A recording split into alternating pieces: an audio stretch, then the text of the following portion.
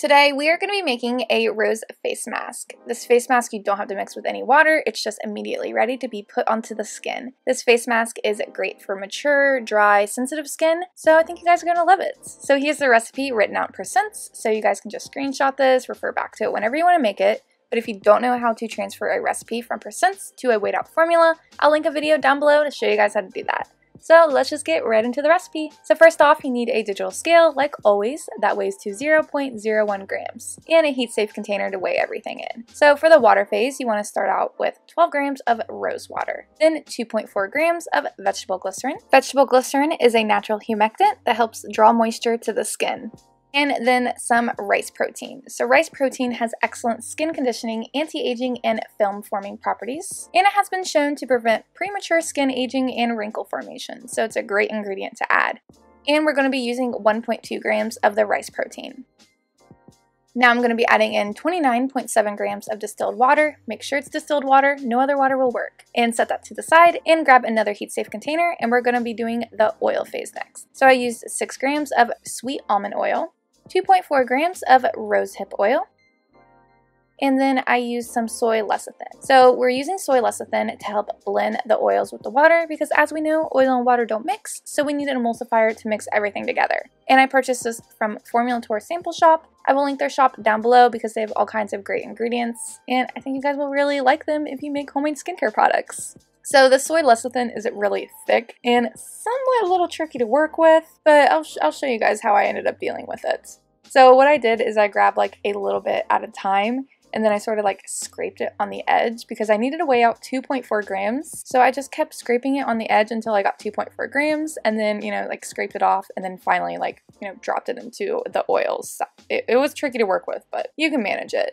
And then you just want to sort of break it up a little bit in the oils. You won't be able to break it up completely, but once you heat it up, it will dissolve in with the other oils, so don't worry about it if you can't break it up. So as I mentioned, we're going to be heating this. So I took a pot, filled it up with about 1 inch of water, placed both of my beakers in, and then covered up the water phase. And I left the oil phase open so I can just mix in the soy lecithin for a little bit. And you want to heat this up to 158 degrees Fahrenheit and hold it there for 20 minutes to sterilize everything. And you're going to want to use a temperature gun to be sure you're taking the temperature accurately, and you want to make sure that everything is at 158 degrees Fahrenheit so it is all sterilized. So once everything is heated, pour the water phase into the oil phase, and then immediately just mix it up. So how we will thicken this up is we're going to be using 0.6 grams of xanthan gum, and then just mix it up a little bit, and you want to make sure you're adding this in when it's still warm. So mixing it by hand won't really thicken it up very much. You need to use an immersion blender for this, and it will thicken it up a lot more using immersion blender. Basically, the longer you mix it with an immersion blender, the thicker it'll get. So I ended up getting it to about this consistency here. I don't know how well you can tell it, but it's a pretty good like gel-like consistency. It's not super thick, but it's not super thin. So now that we're on the cool down phase and it's reached room temperature, I'm going to be adding in chamomile extract. It's well known for its soothing and calming properties. It helps improve skin's natural glow, and it helps protect the skin from free radical damage. So I added in 1.2 grams of the chamomile extract.